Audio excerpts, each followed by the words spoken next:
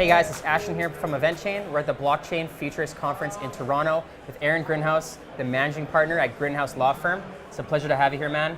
I'd love to hear a little bit about what you guys are doing with Grinhaus in the blockchain, taxes, all that kind of stuff. Yeah, thanks for having me. So we're a full-service Midtown Toronto law firm. We're doing everything in the crypto space you can imagine, setting up mining operations, advising on token generation events or ICOs. We're doing high net worth structuring for individuals with cryptocurrency, and we're also, through a separate branch, we're offering advisory services for token generation events as well. That's great. Yeah. So I guess as a law firm, you guys have a lot of different hoops to go through, but also things change a lot, right? So how has the landscape been changing in the recent times, and do you see it continuing to change as we move forward in 2018? Yeah, well, that's the story of law, I guess, is jumping through hoops, and the whole idea of lawyers is to help them get through the hoop and not fall down or hit the hoop or hurt themselves in some way. And that's, I think it's pretty safe to say that there's been a couple of changes in the law, in particularly securities laws and anti-money laundering laws, Sure. and all those things around the space. There's been a lot of activity, particularly between April and June. Yep. In Ontario and in Canada generally.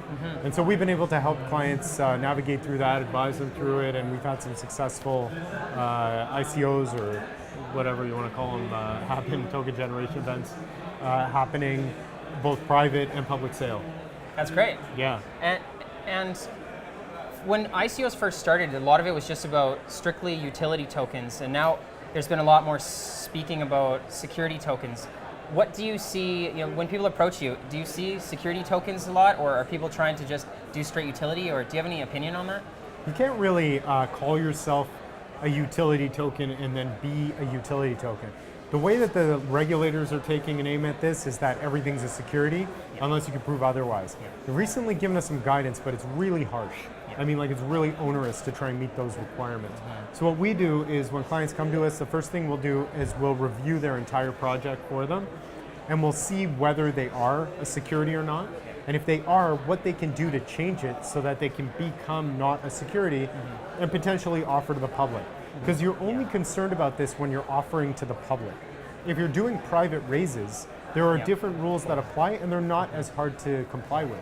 So we're trying to be there to help them get through that and try and navigate them through that whole mess, that very complex area.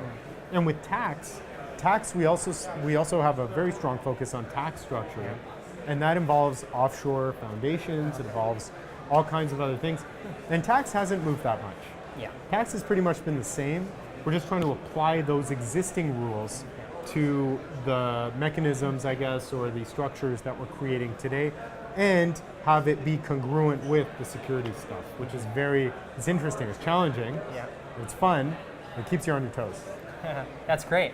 So I see a lot more challenges coming forward as we move into 2019 as well.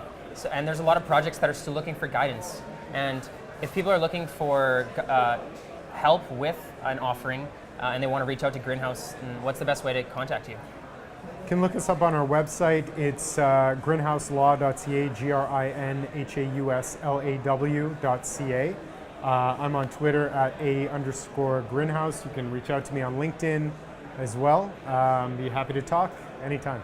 That's great. Thank you so much, Aaron. It was a pleasure speaking to you. Thank you for having me.